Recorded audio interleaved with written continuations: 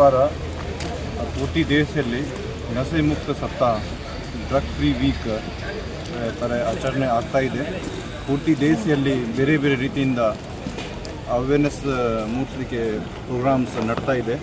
ಎಲ್ಲ ಕಾಲೇಜಸ್ ಮಕ್ಕಳಿಗೆ, ಸ್ಕೂಲ್ ಮಕ್ಕಳಿಗೆ, ಜನರಿಗೆ, ಸಾರ್ವಜನಿಕರಿಗೆ ಇನ್ವಾಲ್ವ್ ಮಾಡಿ ಡ್ರಗ್ಸ್ ಬಗ್ಗೆ, ಅವ್ರದ್ದು ಡ್ರಗ್ಸ್ ಎಷ್ಟು ಹಾನಿಕಾರಕ ಇದೆ ಅದ್ರ ಬಗ್ಗೆ ಅರಿವು ಮೂಡಿಸಲಿಕ್ಕೆ ಎಲ್ಲ ಕಡೆ ಅಭಿಯಾನ ಥರ ನಡ್ತಾ ಇದೆ. ಸೊ 26th ಜೂನ್ ಇವತ್ತು ಇಂಟರ್ನ್ಯಾಷನಲ್ ಡ್ರಗ್ ಫ್ರೀ ಡೇ ಆ ಥರ ಕೂಡ ಆಚರಣೆ ಆಗ್ತಾ ಇದೆ. ಪೂರ್ತಿ ಜಗತ್ತಲ್ಲಿ ಈ ಥರ ಸೆಲೆಬ್ರೇಟ್ ಮಾಡ್ತಾರೆ.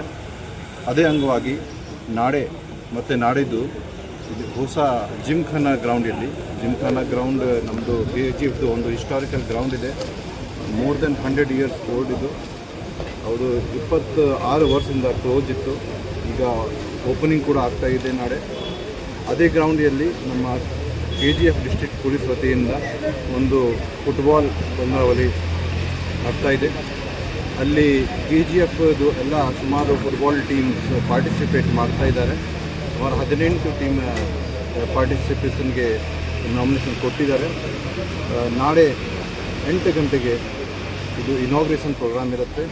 ಎಲ್ಲ ಸಾರ್ವಜನಿಕ ನಮ್ಮ ಇಲಾಖೆಯಿಂದ ಮನವಿ ಇದೆ, ಹೆಚ್ಚಿನ ಸಂಖ್ಯೆಯಲ್ಲಿ ಅವ್ರು ಬರಬೇಕು.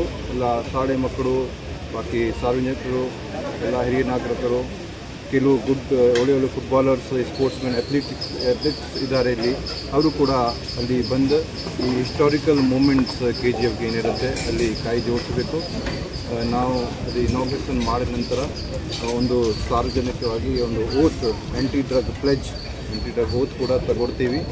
ಅದು ಆದ ನಂತರ ಇದು ಟೂರ್ನಮೆಂಟ್ ಸ್ಟಾರ್ಟ್ ಆಗುತ್ತೆ. ಸೊ ದಯಮಾಡಿ ಎಲ್ಲರೂ ಬರಬೇಕು ಮತ್ತು ಈ KGFಲ್ಲಿ ಇದು ಹಿಸ್ಟಾರಿಕ್ ಮೂಮೆಂಟ್ಗೆ ಎಲ್ಲರೂ ಕೈ ಜೋಡಿಸ್ಬೇಕು.